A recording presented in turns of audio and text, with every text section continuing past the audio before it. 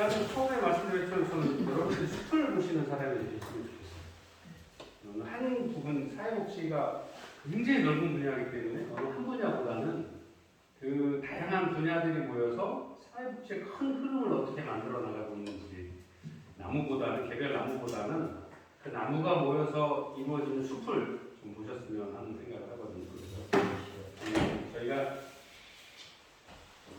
사이버 수업을 할 때는 어떤 그런 교재 외의 것들을 말씀드리기가 좀 곤란했는데 이제 저거 하시니까 제가 원래 첫 시간에 하려고 마음 먹었던 것들을 한번 해보려고 합니다. 일단 옷을 벗어도 되겠죠? 네. 벗어서 제가 자, 조금 이렇게 너무 큰 틀이 아닐지 모르지만 여러분들이 다른 수업에서는 아마 못 들어보시지 않았을까 생각이 들어서 근데 사회복지가 되었든 어느 분야가 되었든 우리가 일상에서 꼭 아셔야 될 부분들이 포함이 되어 있어서 현장 실습과 관련돼서 한번 좀 논의를 큰 틀에서부터 좁혀가면서 이야기를 해볼게요. 우리가 국가가 만들어지기 위해서 가장 첫 번째 만들어지는 법이 뭐죠? 네, 헌법이 최상위 법이죠. 법률이죠. 그 다음에 이 헌법은 기본권을 보장하죠. 네, 기본권에 대개의 경우가 기본권, 국가의 조직 이유, 아니면 사람으로 우리가 이제 사회복지니까 사회복지 분야만 좀 한정해서 말씀을 드리면 인간의 기본권에 대해서 논의를 합니다. 어느 나라든 국가가 있으면 그 국가의 기본법이 있어요. 그게 헌법이에요. 가장 최상위 법률이죠. 그 밑에 이 헌법의 기준에 맞춰서 이거는 국가가 성립될 때 표준으로 아니면 나아갈 방향으로 이상으로 이야기를 하죠. 이 헌법에 맞춰서 개별 분야에 맞춰서 만들어지는 게 뭐죠? 우리가 이야기하는 법률. 여기에 이제 우리가 공부하고 있는 사회복지법. 사회복지법이라고는 없으니까요. 사회복지에 관한 법률들이 포함이 되는 다양한 법. 뭐 행정, 뭐 경영, 아니면 기업, 뭐 엄청난 법이 있잖아요. 우리나라에도. 그 중에서 저희 사회복지를 공부하시는 분들과 관련되는 것들이 사회복지에 관한 법률이죠. 뭐 예를 들어서 뭐가 될 수 있죠? 사회복지 보장에 관한 기본 법률. 노인복지, 이거는 해당 분야니까요. 그 다음에 국민연금기본법, 그죠? 국민기초생활보장법,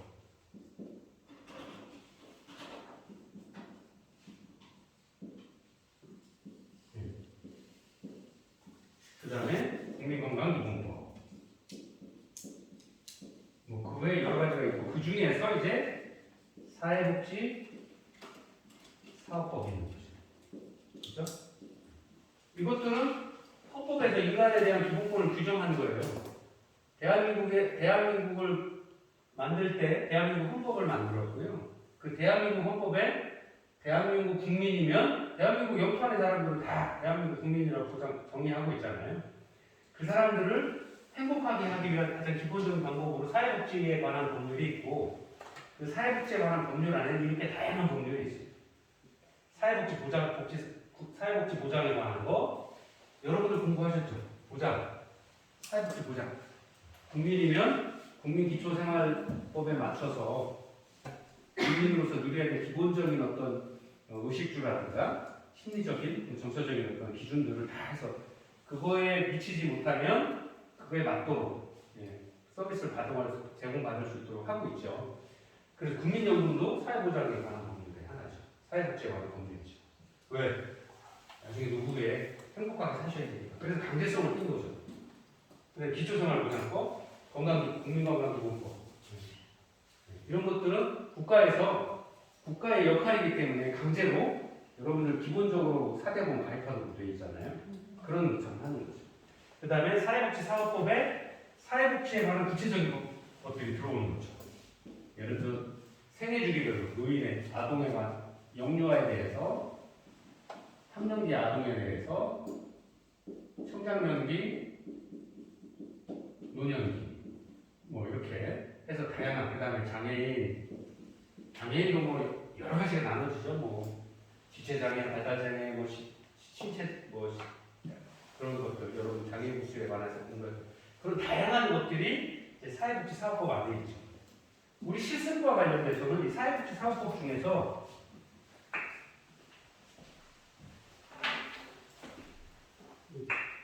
다음 사람 손에 좀 덮어놓으시지.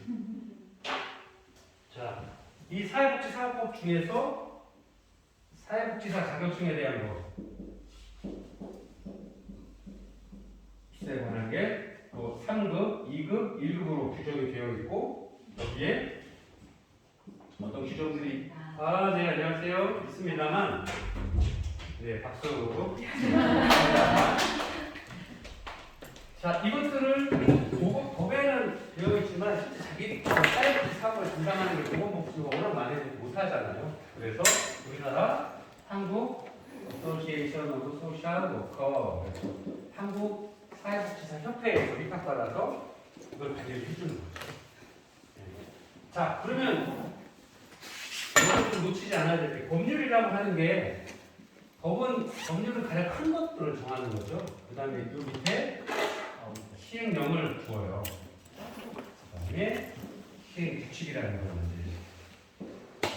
그래서 사회복지사업법의 사이에서 자기가 말한 것들은 시행령하고 시행규칙에 들어있어요. 네, 그래서 3급으로 나누고 2급으로 나누고 1급으로 나누고 그 다음에 교과목은 몇 개를 해야 되고 실습은 몇 시간을 해야 되고 하는 것들을 규정을 하고 있는 거죠. 여기까지는 다 이해가 되시나요? 네. 근데 이제 이 법을 또 할 때도 또 하나 봐야 되는 게 요새 이제 지자체에서 지자체가 생겼잖아요. 우리가 이제 지방자치제도를 시행을 했으니까 1995년부터 벌써 민선 7기가 왔죠. 그래서 국가에서 하고 법률은 누가 만들어요? 법률은 누가 만드는 거죠? 어디서? 네, 국회에서 국회의원들이 만들죠. 헌법은 국가가 성립할 때, 법률은 국회에서 이 의원분들이 법률을 재개정을 통해서 이런 어떤 규칙들을 만들죠. 그러면 이제 1995년부터 우리나라가 지방자치 제도를 도입을 해서 현재 민선 7기 이제 앞으로 6월 1일 된 민선 8기가 시작이 되는 거죠. 약 한 28년, 29년 정도를 진행을 해왔습니다. 지자체에도 국회에서 이거 국민 전체를 대상으로 하는 거고요. 법률은 헌법도 그렇고 법률도 그렇고 국민 전체를 대상으로 합니다. 지방자치 제도가 활성화가 되면서 천안에서만 적용되는 법률이 있어요. 그걸 뭐라고 그러죠? 네, 이거를 이제 우리는 조례라고 해요. 네. 그래서 이거는 국회에서 하는 거고 조례는 지방의회에서 의결을 통해서 그 다음 이 조례를 시행하기 위해서 규칙을 만들어요. 규칙은 조례는 지방의회에서 만들고 규칙은 지자체 장들이 조례에 맞춰서 어떻게 운영을 해나갈 거냐를 정하는 게 규칙이라고 해요. 법률은 국회의원이 만들어서 시행령이나 시행규칙을 만드는 이유로 이 시행규칙도 실제 국회의원들이 행정을 하지 않잖아요. 그래서 이 규칙을 정해서 해당되는 부서, 행정부나 보건복지부나 법무부나 이런 데서 실제 이 법률에 따라서 어떻게 일을 하겠습니다 하는 세세한 부분을 정하는 게 하위 법률로 내려오는 거예요. 지자체에서는 조례를 만들고 실제 지자체의 천안이면 천안시장은 천안시의회에서 만든 법률을 지키기 위해서 규칙을 만들어요. 그리고 이 조례는 해당 지역에서 그래서 우리나라가 지방자치제도가 시행이 되면서 해당마다 지방조례가 다 정하죠. 그리고 이 법을 만들 때는 상위법에 저촉되면 안 돼요. 법률은 헌법의 기준에 맞아야 되고요. 기준에 맞지 않으면 제정이 안 되죠. 조례는 상위법인 법률에 상위법의 기준에 맞지 않으면 제정되지 못해요. 그래서 이것들은 뭐냐면 어쨌든 국가가 성립이 되어서 헌법을 만들 기본권에 대한 보장을 하고 사회복지법만 한정적으로 말씀을 드리면 국민이 행복하게 살 수 있도록 국민에 대한 어떤 기본권을 보장을 하는 어떤 선언적인 의미를 가지고 구체적으로 실천하는 것, 법률이. 그 다음에 해당 지역에서 우리 지역의 사람들의 지역 특성에 맞도록 법률에 정한 부분들을 다시 보장하는 게 조례와 시행 규칙이다라는 이야기를 할 수 있는 거죠. 자, 이 이야기를 왜 말씀을 드리냐? 이제부터 한번 볼까요? 자, 여기 요거는 좀 뺄게요. 요거는 저희가 현장 실습과는 조금 연관이 없으니까. 자, 우리가 현장 실습을 하는 건 자격증이 좀 제일 큰 하도잖아요. 야, 이게 시행령에 들어와 있어. 야, 누구랑 하느냐? 보건복지부에서 빨리 다 못하니까. 대학에서 교육은 대학이라는 기관이 있고요. 그 다음에 KASW 코리아 어소시에이션 오브 소셜 워커거든. 한국 사회복지사협회. 그 다음에 대학은 상위기관이 교육부죠. 우리나라. 요거는 보건복지부에 있어요. 그 다음에 여러분이 실습을 하시는 기관이 있을 수 있죠. 현장. 네. 자, 대학에는 누가 있어요? 여러분들 실습을 도와드리기 위해서 지도교수가 있어요. 실습 지도교수. 여러분들 나중에 사회복지사 그 실습을 갔다 오시면 그 마지막에 도장 빵 찍어주시는 학교를 대표해서 지도교수님이 계세요. 기관에는요, 실습 지도자라고 하는 우리가 공부하는 지도감독자죠.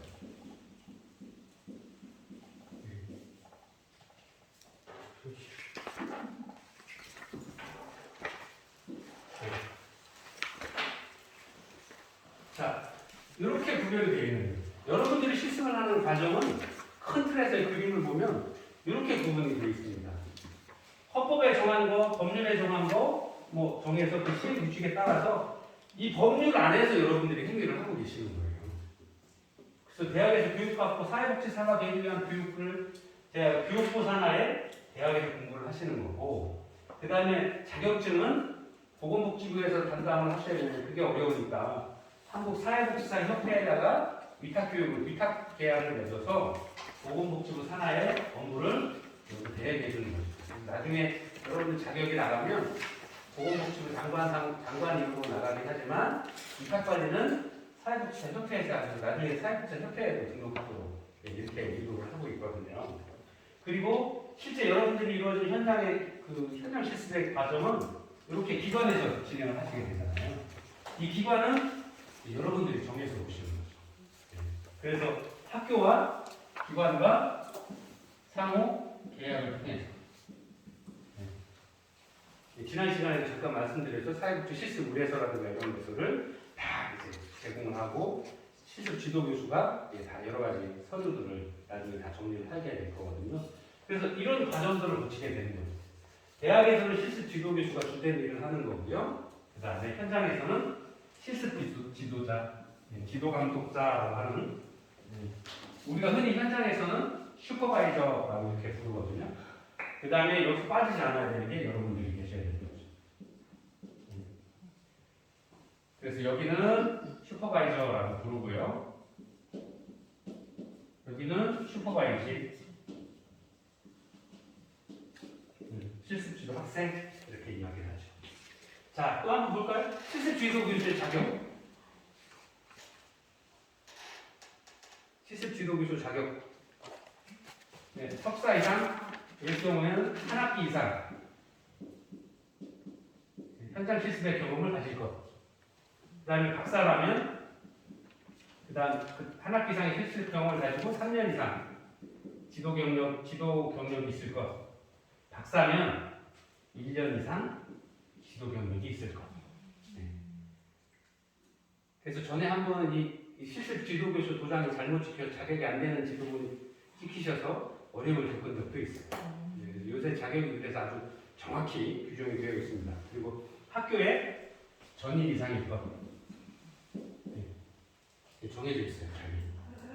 자, 실습 지도자. 현장의 기관의 실습 지도자. 여러분들이 현장에 실습을 하시게 될 때 그 기관의 실습 지도자의 자격도 정해져 있죠. 네. 2급을 가지신 분이면 5년 이상 실무 경력, 1급이면 3년. 좋아요. 이 정도 이상이 되어야 실습 지도자로서의 자격을 갖출 수 있어요. 그래서 여러분들이 현장을 가셨을 때 그 자격을 나중에 분명히 확인 한번 하셔야 돼요. 만약에 자격이 안 되는 사람이 실습 지도를 했다라면 물론 뭐 그런 일은 없겠지만 그럴 경우에는 또 서류 발급이 문제가 될 수도 있으니까 미리 한번 확인을 해보시는 것도 좋을 것 같습니다. 그래서 대학에서는 우리가 실습 세미나를 한 30시간 이상 하고 그 다음에 수업도 관련 수업도 진행을 하는 거죠. 지금 공부하고 계시는 이 3학점짜리 이것도 하는 거죠. 그 다음에 이러한 모든 행위가 이루어지는 실습 지도의 현장의 업무도 3학점이에요. 필수 과목이에요. 자격증을 받기 위한 필수 과목. 이게 이제 3학점짜리예요. 이 3학점을 못 받으시면 대학원 나와도 자격증 안 주어져요. 필수 과목이에요. 그래서 보통 이제 다른 과목, 사회학부나 뭐 다른 공부를 하셔서 사회복지사 자격증을 따려고 하면 이 현장 실습 3학점이 필수예요. 그래서 그걸 안 하면 자격증을 안 줘요. 이게 필수 과목이다라는 것들을 미리미리 좀 알고 계셔야 될 필요가 있고요. 그 다음에 이러한 제 과정이 다 마쳤을 때 2급 자격증이 발급이 되는 거죠. 이 과정 중에서 여러분들이 현장을 찾아가셔서 현장에 실습을 하겠습니다라고 승낙을 받게 되면 그 학교에서 아마 줄 거예요. 들릴 거예요. 그래서 실습 지도 계약서 뭐 이런 것들을 나중에 실습하시는 중에 서류에 기관의 도장을 받아서 학교와 연관을 또 함께 있다는 것들이 서류로 다 나중에 신고를 하게 될 거거든요. 그래서 이런 일련의 법 테두리 안에서 일련의 과정을 거쳐서 여러분들이 현장 실습을 하시게 되는 거예요. 혹시 이해가 안 되시거나 궁금하신 부분이 있으시면 강의를 너무 잘해서 이해가 쏙쏙 들어오고 귀에 쏙쏙 들어오죠. 많이 부끄러워라. 다른 거는 뭐 궁금하신 건 없으실 것 같아요. 이렇게 전체적인 큰 틀에서 업무가 이렇게 진행되는 중이다라는 것들을 아시는 게 중요할 것 같아요. 그래서 여러분들이 나중에 실습 계획서를 책으로 만드실 때도 이 과정이 없으면 하나라도 빠지면 재검토하게 될 수도 있어요. 그래서 저희 학교에서도 사회복지학부에서도 실습 전담 조교가 있으셔서 보면 서류 다 체크해 드릴 거고요. 혹시 부족하거나 아니면 누락되는 거 있으면 다시 연락드려서 기관이랑 뭐 이런 부분들 다시 보충해 주세요. 아니면 추가해 주세요. 요구를 하게 될 겁니다. 그래서 여러분들이 이런 과정들을 충분히 인지하고 숙지하고 계셔야 두 번 하지 않고 할 때 좀 미리미리 잘 준비를 하실 수 있지 않을까. 그래서 이런 것들을 말씀을 드리는 거고요. 늘 현장 실습의 과정에서도 좀 마음에 두셨으면 좋겠습니다. 자, 오늘 원래 이제 요거는 지울게요, 이제.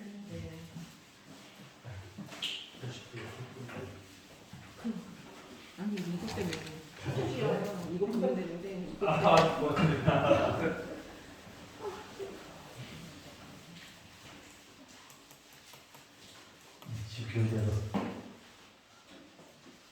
오늘 실제 이 과정을 다 이해하시면 수업 반 이상 하신 거예요. 왜냐면 이거를 복잡하게 써놔서 한 6주를 하게 해놨더라고요. 그래서 어떻게 6주를 끌고 가나 고민을 엄청 했거든요. 그리고 나머지는 학교에서 어떤 일을 하는 건지, 그 다음에 기관에 가셨으면 실습의 지도라는 게 슈퍼비전이라고 하는 것이 어떤 과정들을 거칠까, 직업윤리는 어떻고, 사회복지 가치는 어떻고, 윤리 기준은 어떻고, 사회복지 실천 강령은 이런 것들을 매 시간마다 하나씩 넣는 거여서 그거 설명은 5분이면 다 끝날 것 같아요. 그러니까 앞으로는 이제 수업을 제일 중요한 핵심을 다 재밌게 해보시자. 꼭 사회복지 여러분들 공부하시는 중에 현장 실습이 좀 다른 과목보다 부담이 없으시니까 실천 기술에 관한 부분들에 대한 어떤 궁금하신 거, 아니면 사회복지 현장에서 어떤 현상들 뭐 궁금하신 거, 뭐 이런 거 질문하셔도 좋고요. 아니면 저도 여러분들하고 수업을 하면서 어떤 부분들을 좀 질문을 좀 던져주는 게 좋을까, 채연 씨는 사회복지에 뭐에 관심이 많으신가 좀 여쭤보고 이렇게 하도록 하겠습니다. 그래서 실제 사회복지라고 하는 것들이 굉장히 다양한 분야에 저도 모르는 분야가 굉장히 많고요. 더구나 이제 사람을 상대하는 사람을 대상으로 하는 그 사업 부분이기 때문에 굉장히 변화의 부분이 많죠. 그리고 기존의 지식으로 또는 기존의 방식으로 기존의 경험으로 현재의 문제를 풀어나가는 게 굉장히 고민이 많이 필요해요. 그리고 누구나 정답이다? 이게 정답이야! 할 수 있는 게 없어요. 제가 현장에서 몇 년 이렇게 일해보니까요. 이게 정답이야! 라고 할 수 있는 게 없어요. 네. 저는 정답이라고 이야기, 최대의 서비스를 한다라고 이야기, 노력을 해도 받아들이는 사람이 저하고 안 맞을 수도 있잖아요. 틀린 게 아니라 달라서 안 맞는 거예요. 저도 틀리다와 다르다의 차이를 인식한 지가 몇 년 안 돼요. 죄송합니다. 네. 내가 학교에서 배운 대로 공부 열심히 해서 자격을 다 갖춰서 이렇게 열심히 했는데 이게 틀려? 왜 안 오지? 저 사람이 잘못된 거에 아니라는 생각을 깨어낸 지가 얼마 안 됐어요. 죄송합니다. 네, 사람은 달라요. 저한테는 좋은데 우리 최원 선생님한테는 안 좋을 수도 있어요. 기본적인 거 빼고 나의 특성을 살려서. 시구미 선생님하고 저하고 틀린 게 아니라 다른 거죠. 다를 수 있어요. 같은 사물을 봐도 다른 시각으로 바라볼 수 있어요.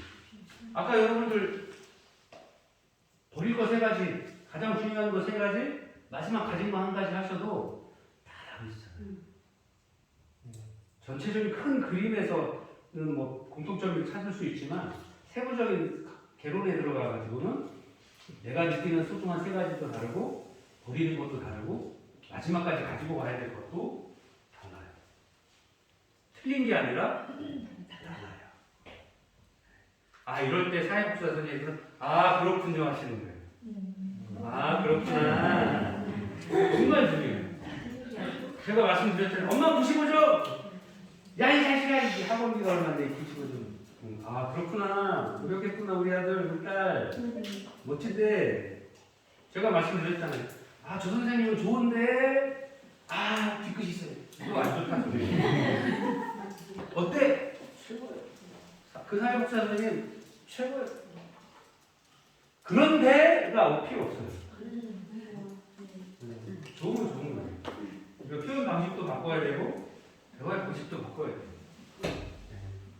그런 틀, 아까 말씀드린 ESG의 경영들이 제가 보기엔 진짜 사회복지사한테 정말 필요한 거예요.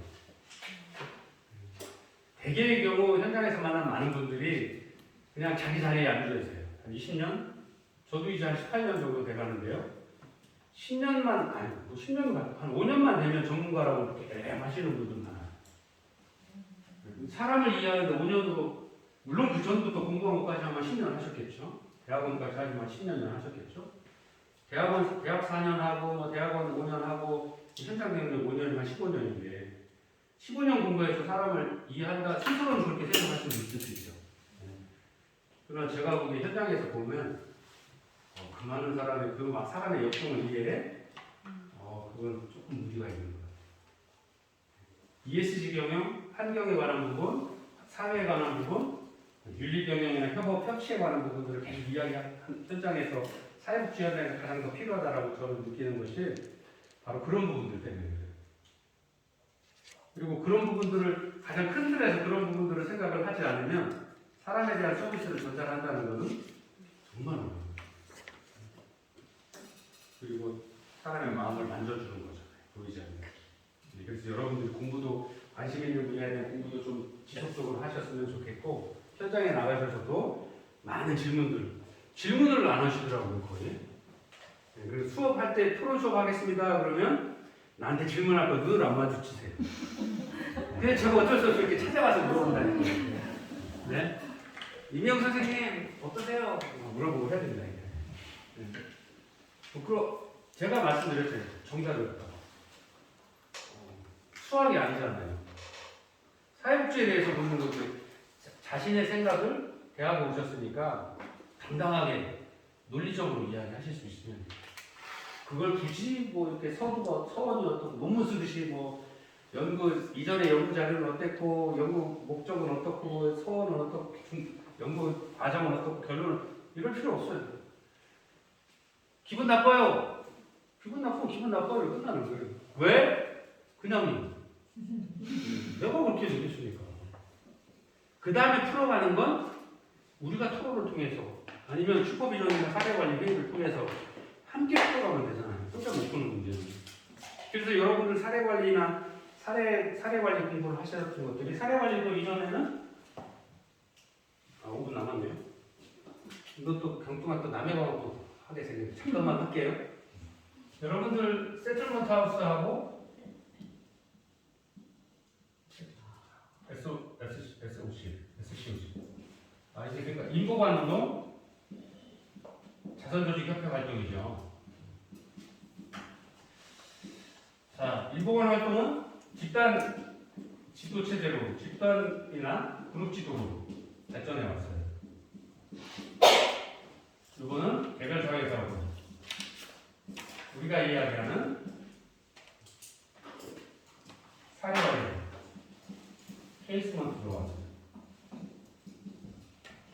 세틀먼트 하우스는 여러분들 잘 아시는 것처럼 우리나라로 이야기하면 80년대 대학생들이 운동권 학생들이 구로공단이나 이런 데 들어가서 거기서 직접 생산공장에 근무하면서 노조를 만들고 노동자 운동을 했던 것들도 세틀먼트 하우스 활동의 일종이라고 볼 수 있죠. 실제 초창기 헐하우스나 이런 것들도 미국이나 영국에서도 다 빈민촌에 들어가셔서 공부하신 많은 박사나 연구자들이 들어가서 왜 이렇게 어렵게 살 수밖에 없지? 문제가 뭐지? 공부를 안 해서?